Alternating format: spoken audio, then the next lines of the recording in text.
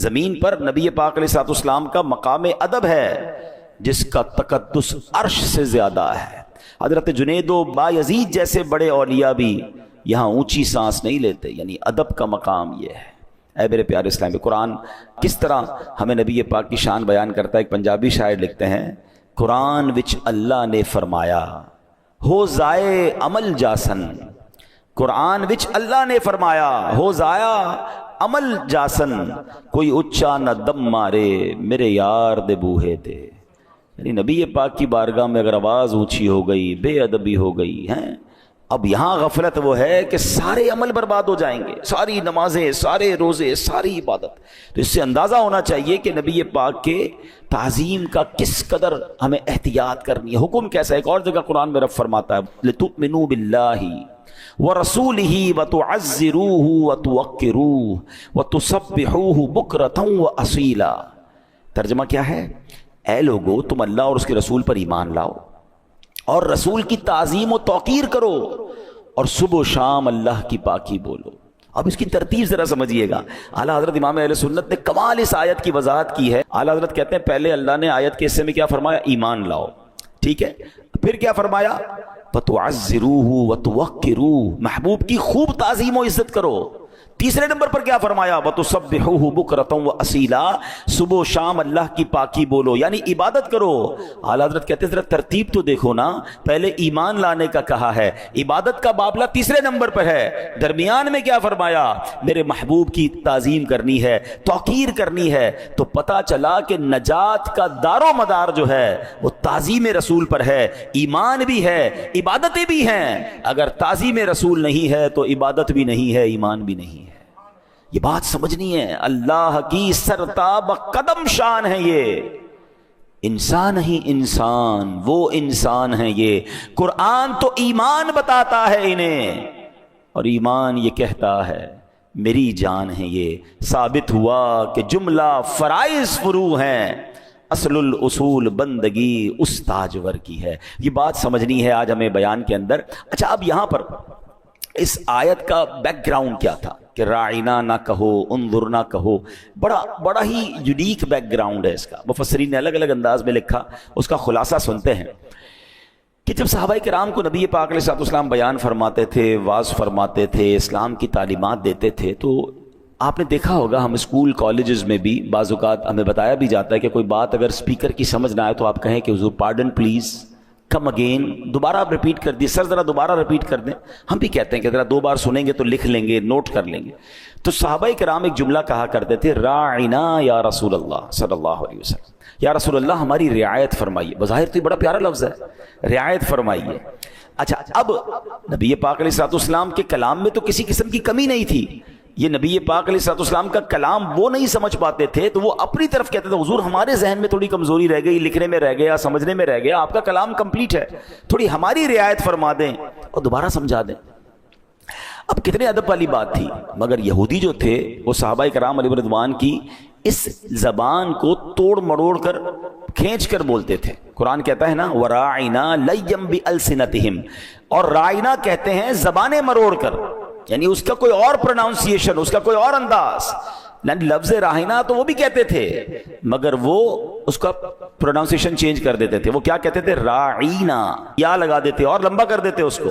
تو راعی کا مطلب ہماری رعایت کیجئے، اور اگر راعی بنا دے کوئی تو اس کا مطلب بنتا ہے چرواہا، یعنی معاذ اللہ وہ بے ادبی کی نیت سے۔ اچھا، ہوتا یہ تھا کہ ایسا تو نہیں، اب تو ماشاءاللہ مسلمان ہی مسلمان ہیں، ہمارے علاقے میں مسلمان ہی رہتے ہیں، مگر اس زمانے میں کیا ہوتا تھا کہ نبی پاک جب صحابہ کو بیان کرتے تو یہودی بھی آ کے بیٹھ جاتے تھے، اور جب وہ صحابہ کہتے رائنا یا رسول اللہ تو وہ معاذ اللہ اس جملے کو بڑا کر کے غلط نیت سے کہتے تھے۔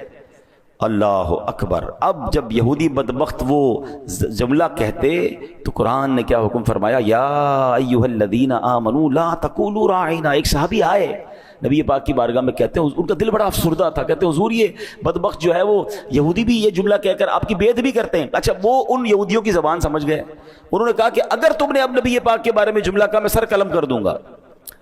تو یہودی کہتے ہیں ہم ہمیں کیوں کہہ رہے ہیں، مسلمان بھی تو کہتے ہیں۔ یعنی انہوں نے اس کے پیچھے چھپ کر معاذ اللہ وہ بدبختی کرنا چاہی. تو وہ صحابی افسردہ ہو کر نبی پاک کی بارگاہ میں آئے.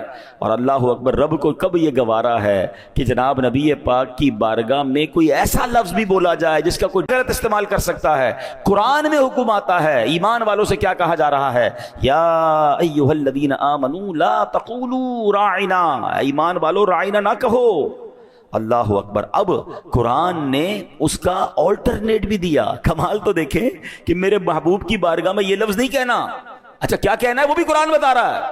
فرمایا وقول انظرنا، اور یوں عرض کرو کہ حضور ہم پر نظر رکھیں ہیں، حضور نظر رکھیں. اللہ اکبر. اور اب واسمعوا، اب آگے سنیں، ادب کا لحاظ دیکھیں اور کیا خوبصورت طریقہ ہے قرآن کا.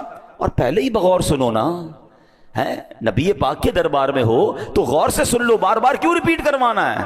میرے محبوب کو پھر تکلیف کیوں دینی ہے؟ پہلے ہی غور سے سن لو. اور اگر ضرورت پڑے تو رائنا نہیں کہنا، کہنا انظرنا، حضور نظر فرمائیے.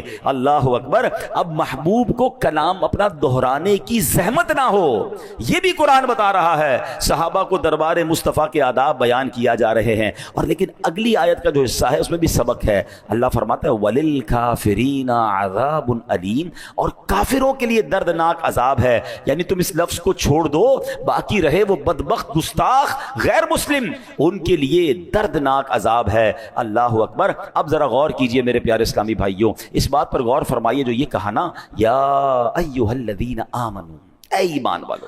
اس ایمان والوں میں کیا صرف صحابہ کرام مراد ہے؟ ہم اس کتاب میں شامل نہیں؟ بالکل ہیں. جیسے صحابہ کرام لفظ راعنا استعمال نہیں کر سکتے، آج ہم بھی نہیں کر سکتے.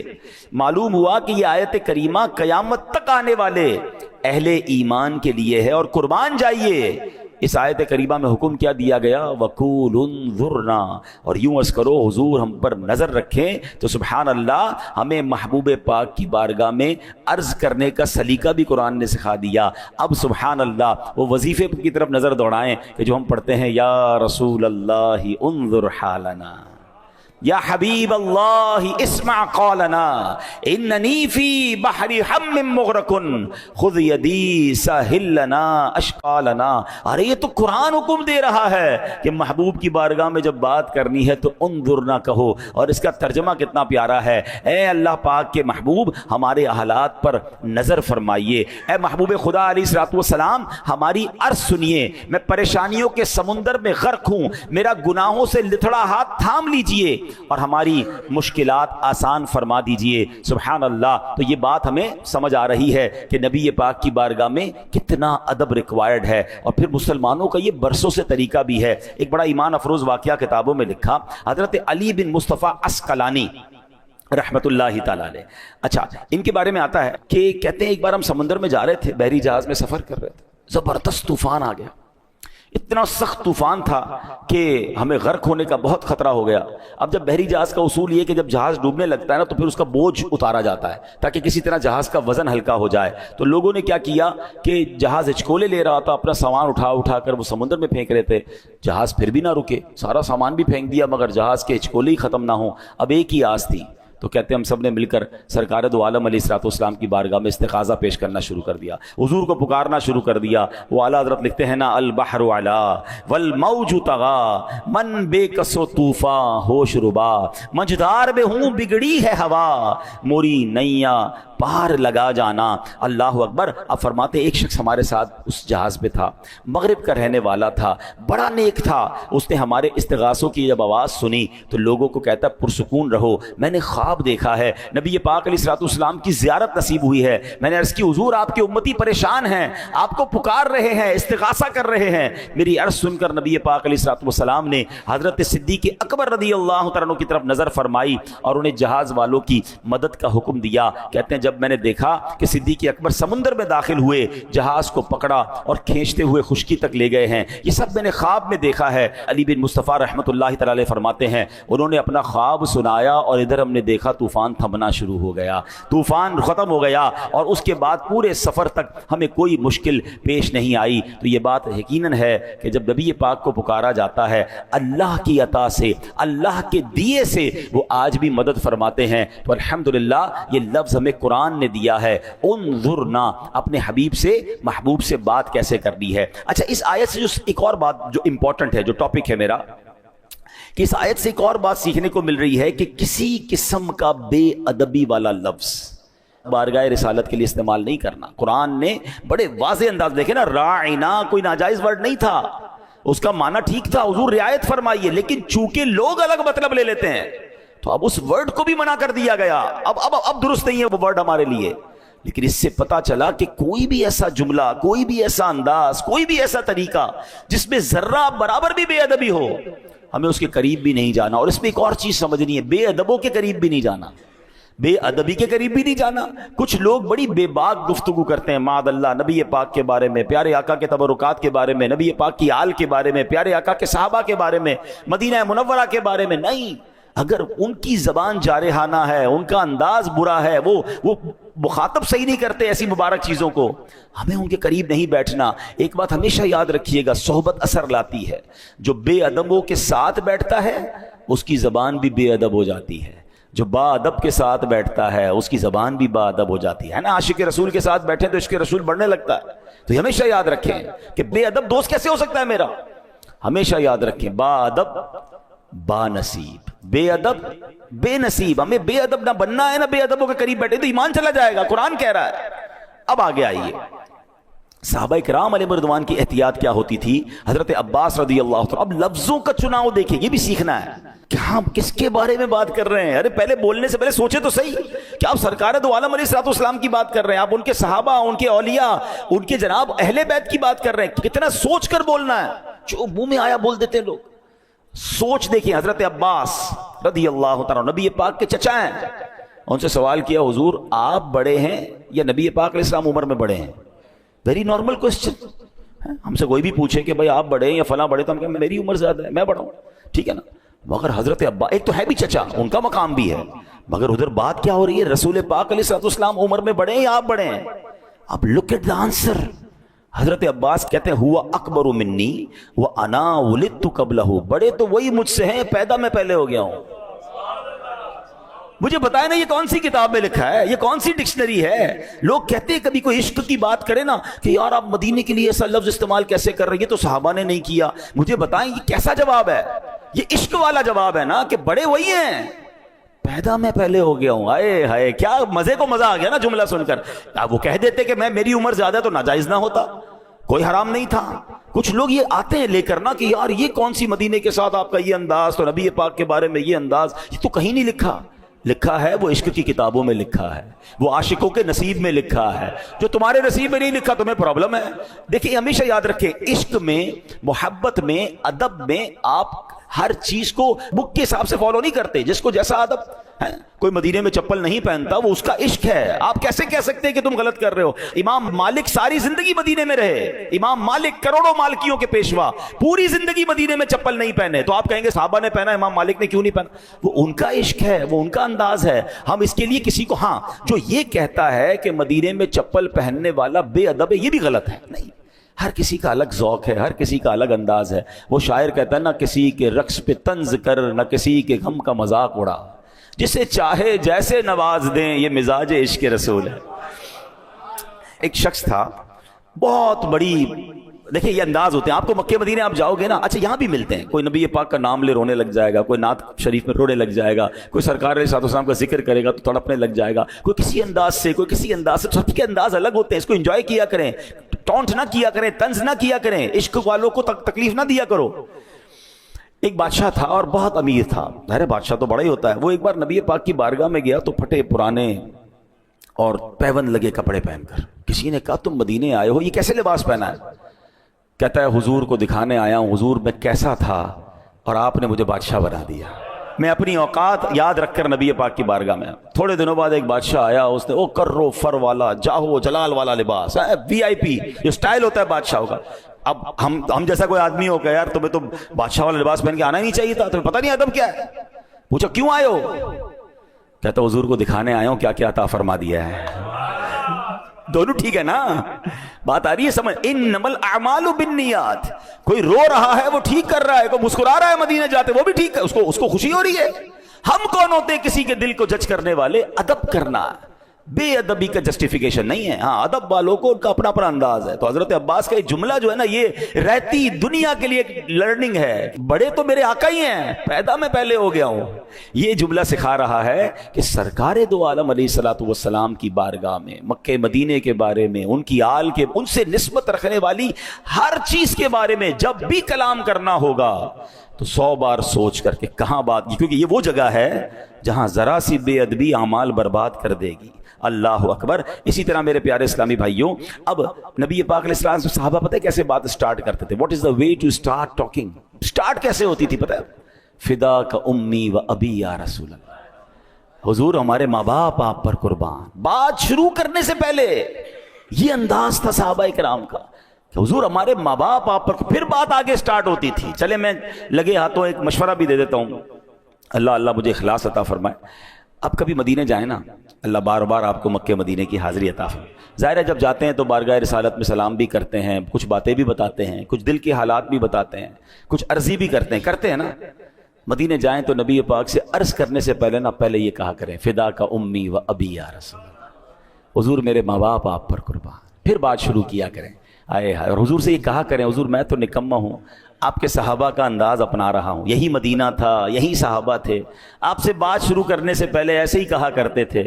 میں نکما آیا تو بڑے دور سے ہوں, دنیا میں بھی 1400 سال بعد آیا ہوں, آپ کا زمانہ نہیں دیکھا حضور, مگر آپ کے پیاروں کا انداز اختیار کر کے آپ سے عرض کر رہا ہوں فدا کا امی و ابی یا رسول اللہ.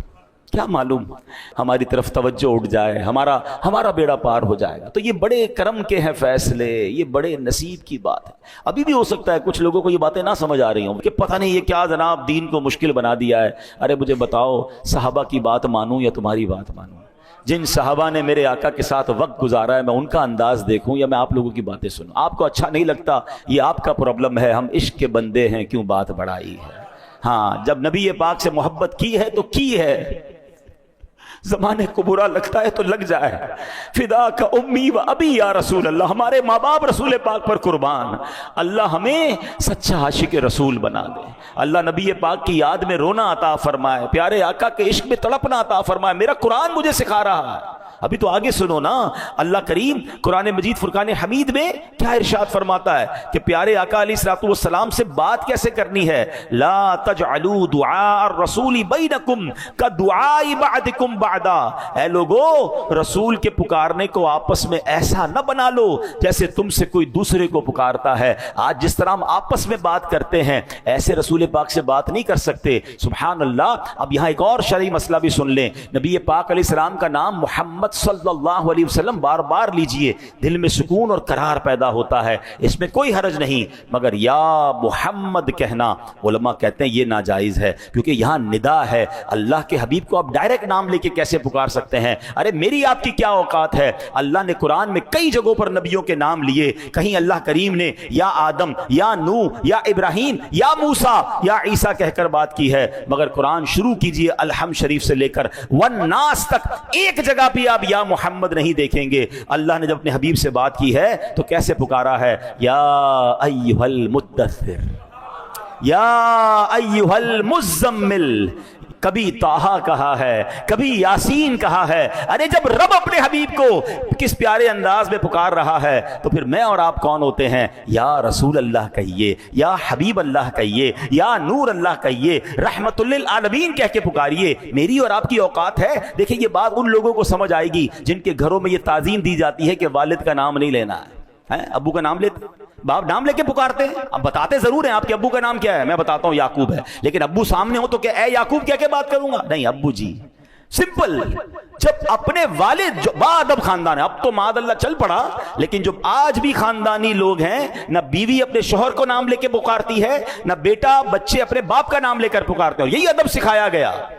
تو جس پر ماں باپ قربان ہیں, جس پر میرا سب کچھ قربان ہے, میں ان کو نام لے کر کیسے پکار سکتا ہوں؟ قرآن کی تعلیم یہ ہے. اب دیکھیں ادب کا مقام کیا ہے. قرآن کہتا ہے ایسے مت پکارو جیسے تم آپس میں ایک دوسرے کو پکارتے ہو. اچھا یہاں ایک اور بات سمجھنے والی ہے. آداب کس کے بیان ہو رہے ہیں؟ نبی پاک علیہ السلام کے. اور بیان کون کر رہا ہے؟ رب فرما رہا ہے. آپ مقام دیکھیں, مجھ سے بات کیسے کرنی ہے, مجھ سے ملنا کیسے ہے, منسٹر سے کیسے ملنا ہے, صدر سے کیسے ملنا ہے, وہ یا اس کے سیکرٹری بیان کرتے ہیں کہ جناب ہمارے دفتر کا ڈریس کوڈ یہ ہے, ہمارے دفتر کا انداز یہ ہے, آپ کو آنے جانے کے لیے یہ ٹائم ٹیبل ملے گا, آپ نے اتنی دیر کی میٹنگ کرنی ہے. کون بیان کرتا ہے؟ یا وہ صدر بیان کرے گا یا اس کے ماتحت بیان کریں گے. میرے آقا کی شان دیکھو کہ دربار رسالت کے آداب قرآن میں رب بیان فرما رہا ہے. میرے محبوب سے بات کیسے کرنی ہے, میرے محبوب کو پکارنا کیسے ہے. اللہ اکبر. بلکہ ایک اور جگہ فرمایا بات کرتے وقت آواز بھی اونچی نہیں کرنی ہے. کتنے آداب. اللہ کہتا ہے ایمان والو اپنی آوازیں نبی کی آواز پر اونچی نہ کرو اور ان کے حضور زیادہ بلند آواز سے کوئی بات نہ کرو. آگے کیا فرمایا؟ تمہارے اعمال اکارت ہو جائیں گے, تمہیں پتہ بھی نہیں چلے گا. قرآن پاک کی اگلے آیت کے حصے کا جو مفہوم ہے, اس سے پتہ کیا چل رہا ہے؟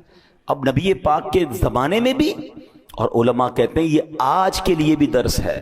اور صحابہ کرام نے جب یہ آیت سنی نا تو حضرت ابوبکر صدیق عرض کرتے ہیں یا رسول اللہ, اللہ کی قسم آئندہ میں آپ سے سرگوشی کی زبان میں بات کیا کروں گا. حضرت عمر تو اتنا آہستہ بولتے تھے کہ بار بار نبی پاک کو بعض اوقات کہنا پڑتا ہے عمر دوبارہ بولو. ڈر لگ گیا صحابہ کو ہمارے اعمال ہی برباد نہ ہو جائیں. دربار رسالت میں اپنی آوازوں کو اونچا نہیں کرنا. مشہور مفسر قرآن مفتی احمد یار خان نعیمی رحمت اللہ تعالی علیہ فرماتے ہیں کہ اب بھی حاجیوں کو حکم ہے کہ جب روضہ رسول پر حاضری نصیب ہو تو سلام بہت آہستہ کریں, کچھ دور کھڑے ہوں. بلکہ بعض علماء کرام نے تو حکم دیا ہے کہ جب حدیث کا درس ہو رہا ہو تو وہاں دوسرے لوگ بلند آواز سے نہ بولیں, اگرچہ بولنے والا کوئی اور ہے, کلام تو نبی پاک کا ہو رہا ہے نا. یعنی حضور کا کلام, حدیث بیان ہو رہی ہے, تب بھی آوازیں پست کر دیں. آپ جو روضہ رسول پہ جا کے شور مچاتے ہیں, پلیز بڑے ادب کا مقام ہے. دربار رسالت میں جائیں, دور کھڑے رہیں, چپکنے کی کوشش نہ کریں جالیوں سے, اور بادب سر جھکا کر ہے جو ایک ادب والا خاشعانہ انداز ہے, وہ انداز ہونا چاہیے. وہ مقام ہے جہاں آواز بلند کرنے کا منع فرمایا, اور فرمایا کہیں تمہارے اعمال ہی برباد نہ ہو جائے. اس سے اندازہ ہو رہا ہے کہ ادب کیا ہے میرے آقا علیہ الصلوۃ والسلام کا. اللہ کرے کہ ان قرآنی آیات کے ذریعے جو ہمیں سیکھنے کو مل رہا ہے. اچھا پھر ادب کی ضرورت نبی پاک علیہ الصلوۃ والسلام کے ساتھ تو ہمیں بالکل ادب کرنا ہے, بے انتہا کرنا ہے, مگر جس چیز سے نبی پاک کو نسبت ہو جائے, پیارے آقا کی وہ آل ہو, نبی پاک کا شہر ہو, ہیں میرے آقا کی گلیاں ہوں, میرے آقا علیہ الصلوۃ والسلام کے تبرکات ہوں, میرے آقا کے صحابہ ہوں, نبی پاک کی حدیث ہو, جس چیز کو پیارے آقا علیہ الصلوۃ والسلام سے نسبت ہو گئی, اب ذرہ برابر بھی, یعنی معاذ اللہ, علماء فرماتے ہیں اگر آج کوئی نبی پاک کے منہ مبارک کی بے ادبی کر لے وہ بھی اسلام سے خارج ہو جائے گا. یہ بڑا نازک معاملہ ہے. تو گستاخی, اللہ اکبر, یہ تو بڑا لفظ ہے بے ادبی, اور بے ادبی والا وہ لفظ بھی جس میں بے ادبی کا شائبہ ہو اس کے بھی قریب نہیں جانا. اب آپ کہیں گے کب سب کہاں سے ملے گا؟ اس کا سمپل فارمولہ یہ ہے کہ ہم با ادب لوگوں کے ساتھ رہیں. پہلے چیک کر لیں کہ علماء کرام میں, مفتیان کرام میں, بیان کرنے والوں میں وہ کون لوگ ہیں کہ جب نبی پاک کا نام لیتے ہیں تو ادب سے سر جھکتا. آپ نے امیر اہل سنت کو دیکھا ہے؟ امیر اہل سنت دعوت اسلامی کے جو بانی ہیں, فاؤنڈر آف دعوت, جب وہ نبی پاک کا نام لیتے ہیں تو ہاتھ سینے پہ رکھ کے سر جھکاتے ہیں. محمد صلی اللہ علیہ وسلم, انداز ہی ایسا پیارا کہ بندہ نامی سن کے سرکار کے تصور میں گم ہو جائے. عشق والی بات ہے. امیر اہل سنت کا ایک انداز آپ کو بتاؤں, مدینہ پاک جب جاتے ہیں نا تو اب ہم نارملی کوئی ایڈریس پوچھے کہاں جانا تو کہتے ہیں رائٹ ٹرن ہو جائیں, پھر الٹے ہاتھ پہ ٹرن ہو جائیں, پھر رائٹ ہو جائے, پھر الٹے ہاتھ. ویسے ہی امیر علیہ سے فرماتے ہیں مدینے میں الٹا تو کچھ بھی نہیں ہے, تو فرماتے ہیں رائٹ ٹرن ہو کے پھر آگے جا کے دل کی طرف مڑ جائیے گا. دل کدھر ہے؟ الٹے ہاتھ پہ ہی ہے نا. اب یہ لفظوں کی بات ہے, لیکن اگر ادب والا بندہ ہے کہ میں کیسے کہوں مدینے میں الٹی طرف مڑ جاؤ, الٹی مدینے میں ساری طرف سیدھی ہے نا, سیدھی سڑک یہ شہر شفاعت نگر کی ہے. اعلیٰ حضرت کہتا ہے نا طیبہ میں مر کے ٹھنڈے چلے جاؤ آنکھیں بند, سیدھی سڑک یہ شہر شفاعت نگر کی ہے. اب یہاں ایک غلطی حاجی لوگ کرتے ہیں, عمرے پر جانے والے کرتے ہیں, یہاں بہت سارے ایسے ہیں جو بار بار جاتے ہیں, اللہ آپ کو بار بار حاضری عطا فرمائے. مدینے جانا کمال ہے, مکے جانا یہ بہت بڑی سعادت ہے, مگر ایک بات یاد رکھیے گا, جیسے جی چاہے جہاں میں گھوم پھر, جیسے جی چاہے جہاں میں گھوم پھر, پر یہ مدینہ ہے یہاں آہستہ چل. قدسیوں کے درمیاں آہستہ بول, فرشتے ہیں نا، 70,000 فرشتے. آپ ہر وقت فرشتوں کے درمیان ہوتے ہیں. جب آپ مکے میں ہوتے ہیں کعبے کے سامنے مستجاب دیوار وہ ہے جہاں 70,000 فرشتے دعا کی آمین کے لیے موجود ہیں. نبی پاک کا روضہ وہ ہے جہاں صبح 70,000 شام 70,000 فرشتے حاضری دے رہے ہیں سلام کے لیے. It means whenever you are in Mecca in Medina, آپ فرشتوں کے درمیان چل رہے ہوتے ہیں، آپ فرشتوں کے ساتھ ہیں. تو وہاں کیا انداز ہونا چاہیے. شاپنگ کب کرنا ہے، کون سے ہوٹل میں کھانا کھانا ہے، او بھائی آج کدھر جا رہے ہو، فلائٹ کب کی ہے. ہم نے حرم میں دیکھا کہ لوگ کعبے کے سامنے بیٹھ کر دنیاوی باتیں، فون پہ بزنس کی باتیں کہکے لگا رہے ہیں. ارے یار اس جگہ آئے ہو جہاں آنے کو لوگ رو رہے ہیں، تڑپ رہے ہیں، اس کے دیدار کو تڑس رہے ہیں، اور آج آپ کے سامنے کعبہ ہے اور آپ دنیاوی باتوں میں لگے ہوئے کھیل رہے ہوتے ہیں. بچے مدینہ شریف میں بھی یہ منظر دیکھے نہ کریں. اگر ادب نہیں کر سکتے تو تھوڑے دنوں کے لیے جائیں، کہیں ایسا نہ ہو سارا سفر بیکار ہو جائے. سنبھل کر پاؤں رکھنا زائروں شہر مدینہ میں، سنبھل کر پاؤں رکھنا زائروں شہر مدینہ میں، کہیں ایسا نہ ہو سارا سفر بیکار ہو جائے. اصل میں کچھ لوگوں نے گرانٹڈ لے لیا، ہمارے تو مسئلہ ہی کوئی نہیں، ہر سال ہی جاتے ہیں، پوری فیملی بھی جاتی ہے، ٹکٹیں بھی بن جاتی ہیں، پیسے بھی ہیں. ہاں ایسا نہ ہو کہ جا تو رہے ہو مگر اگر وہاں کی قدر نہ کی. یاد رکھیں جس نعمت کی قدر نہیں کی جاتی نا وہ نعمت چھین لی جاتی ہے. ہاں اور اگر آپ مکہ مدینے جا رہے ہیں تو خدا کے واسطے ادب کریں، احتیاط کریں، عبادت کریں، ایک ایک لمحے کو کیش کریں. ہمیں نہیں پتا اگلی بار جا سکیں گے کہ نہیں جا سکیں گے. اپنے ہر حاضری کو زندگی کی آخری حاضری سمجھیں اور وہاں جا کر سبحان اللہ وہ دور یاد کریں جب صحابہ سرگوشیوں والے انداز میں بات کر رہے ہیں، جب صحابہ کرام نبی پاک کا ایسا ادب کر رہے ہیں کہ سر جھکا کر پیارے آقا کے فرامین سن رہے ہیں. مدینہ تو وہی ہے نا. بہت پہلے ایک بزرگ نے ایک بات کہی تھی جو ادھر جا کے لگ گئی. وہ کہتے ہیں کہ تمہیں پتہ ہے کہاں آئے ہو، 1450 سال پہلے آ جاتے تو صحابی بن جاتے. یہ ایسا جملہ میں نے سنا کہ جس کو کہتے ہیں نا رونگٹے کھڑے ہو جاتے ہیں. یہی تو ہوتا تھا. 1450 سال پہلے لوگ آتے تھے، ایمان قبول کر لیتے تھے، یا ایمان والے ہی ہوتے تھے اور نبی پاک کا دیدار کرتے تھے، صحبت اٹھاتے تھے، ایمان پر خاتمہ ہوتا. صحابی کا مرتبہ، صحابی کا مرتبہ کیا ہے؟ دنیا کا کوئی ولی، کوئی کتب، کوئی ابدال کسی صحابی کے مرتبے کو نہیں پہنچ سکتا. اور صحابہ کو یہ شرف کیوں ملا؟ عبادت سے نہیں. ہاں یاد رکھیے گا ایک ہی وجہ ہے کہ دیدار مصطفیٰ کیا تھا، یا جلوہ مصطفیٰ یا نبی پاک کی صحبت اٹھائی. تو مدینے جا رہے ہو نا، یہ وہی مدینہ ہے جہاں 1450 سال پہلے کوئی آتا تھا تو صحابی بن جاتا تھا. مدینہ تو وہی ہے نا. آقا تو موجود ہیں، ٹھیک ہے ہم صحابی نہیں ہیں، بن بھی نہیں سکتے، مگر ان کی نگاہ عنایت تو لے سکتے ہیں. کس قدر مقدس جگہ ہے. تو جو حاجی اور عمرے پہ جانے والے غلطی کرتے ہیں بالخصوص وہ میں بیان کر دوں کہ اب جب وہاں جاتے ہیں نا، کیونکہ نارملی سفر ہوتا ہے. ایک بات یاد رکھیں، سفر کو عذاب کا ٹکڑا کہا گیا. سفر میں آپ 5 اسٹار 7 اسٹار ہوٹل بھی لے لیں تو نہ گھر جیسا کھانا ملے گا، نہ گھر جیسا آرام ملے گا، نہ گھر جیسی نیند ملے گی. اچھا رش بھی ہوتا ہے، گرمی بھی بعض اوقات ہوتی ہے، تھک بھی جاتے ہیں آپ، چڑچڑے بھی ہو جاتے ہیں. مگر وہاں کیا کہتے ہیں؟ یار مزہ نہیں آ رہا، کھانا اچھا نہیں ہے، یار رش بہت ہے، دل نہیں لگ رہا، یار یہاں کا نظام ٹھیک نہیں ہے. ایک بات بتاؤ، آپ کے گھر میں کوئی آئے اور آپ کی دعوت میں آ کر کہے یار کھانا اچھا نہیں ہے، آپ کے گھر میں مزہ نہیں آیا، آپ کے گھر میں ریسٹ میرا نہیں ہوا، بیڈ تو بڑا اچھا تھا مگر مجھے میرے گھر جیسی نیند نہیں آئی، سچ بتاؤ وہ مہمان آپ کو اچھا لگے گا؟ بتاؤ نا. اب مدینے جا کر ایسے کہو گے، مکے جا کر ایسے کہو گے، یہ کبھی مت کرنا، اس کی سزا ملتی ہے. ہاں اللہ اور اس کے رسول ناراض ہو گئے نا، ہم مارے جائیں گے. میں آپ کو صحیح بتا رہا ہوں، ہماری اوقات ہے کہ مکے مدینے جائیں. میں تو اپنی ایک امیجنیشن بتاتا ہوں، اللہ کرے آپ کو سمجھ آ جائے کہ بندہ اس تصور سے جائے کہ مجرم گیا ہے، معافی مانگنے گیا ہے، بخشوانے گیا ہے، ہاتھوں میں بیڑیاں ہیں اور کعبے کے سامنے کھڑا ہے کہ اللہ گناہ معاف کر دے. سرکار کی بارگاہ میں اس لیے گیا ہوں کہ حضور شفاعت کیجئے گا. آپ نے فرمایا جس نے میرے روضے کی زیارت کی اس پر میری شفاعت واجب ہو گئی. حضور بھکاری آیا ہے. اب مجھے ایک بات کا جواب دیجئے، کیا قیدی کے نخرے ہوتے ہیں؟ مجرم کے نخرے ہوتے ہیں؟ کبھی جیل میں جا کر وہ کہتا ہے جج صاحب جیل کا کھانا اچھا نہیں اور جناب مجھے سہولتیں نہیں مل رہی؟ وہ تو ایک ہی تمنا ہوتی ہے اس کی جج معاف کر دے، رہائی مل جائے. مکے مدینے جا کر شکوے کریں گے؟ مکے مدینے جا کر کیا معلوم یہ بے ادبی ہمیں مروا دے. راستے رک جاتے ہیں لوگوں کے مکے مدینے جانے کے.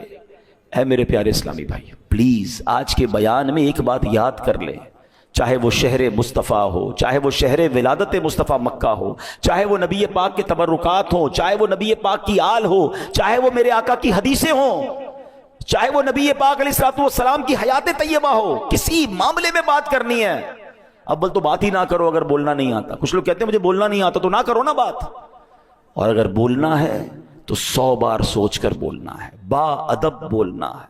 اللہ پاک مجھے اور آپ کو با ادب بنا دے، سچا عاشق رسول بنا دے۔ اور یہ ادب کہاں سے ملے گا؟ یہ ادب والوں کی صحبت میں ملے گا۔ تو عاشقان رسول علماء کو سنیں، عاشقان رسول علماء کی صحبت میں بیٹھیں، ان کے بیانات سنیں، ان کی باتیں سنیں گے تو انشاءاللہ آپ کی زبان پر بھی ادب والے، پیار والے، محبت والے، عشق والے جملے آ جائیں گے۔ اللہ کریم ہمیں سرکار علیہ الصلوۃ والسلام سے والہانہ اور سچی محبت عطا فرمائے۔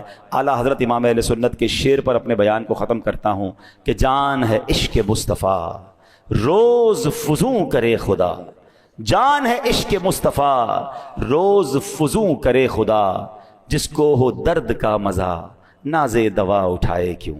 اب یہ بات بڑی گہری ہے، ٹائم نہیں ہے، چلے ایک جملے میں اشارہ دے دیتا ہوں، عقل مند اس شعر کی خوبصورتی پکڑ لیں گے کہ درد میں مزہ نہیں ہوتا۔ ہاں، جب مزہ ہو تو درد نہیں ہوتا، درد ہو تو مزہ نہیں ہوتا، ایسا ہی ہے نا۔ مگر اعلیٰ حضرت کہتے ہیں جس کو ہو درد کا مزہ، کیونکہ عشق رسول جب جس کو ہوتا ہے نا، درد اس کو بھی ہوتا ہے۔ ہاں، پیارے آقا کی یاد تڑپاتی ہے، مدینے کی یاد رلاتی ہے، درد ہے، مگر اللہ کی قسم اس درد میں مزہ بڑا ہے۔ یہ ایسا درد ہے کہ جس کی دوا نہیں چاہیے۔ درد ہو تو دوا لیتا ہے نا بندہ، دعا کرو یار یہ درد ختم ہو جائے، دوائی دے دو ڈاکٹر صاحب درد ختم کرو، نہیں، یہ درد بڑھنا چاہیے۔ جس کو ہو درد کا مزہ ناز دوا اٹھائے کیوں۔ اللہ کریم عمل کی توفیق عطا فرمائے۔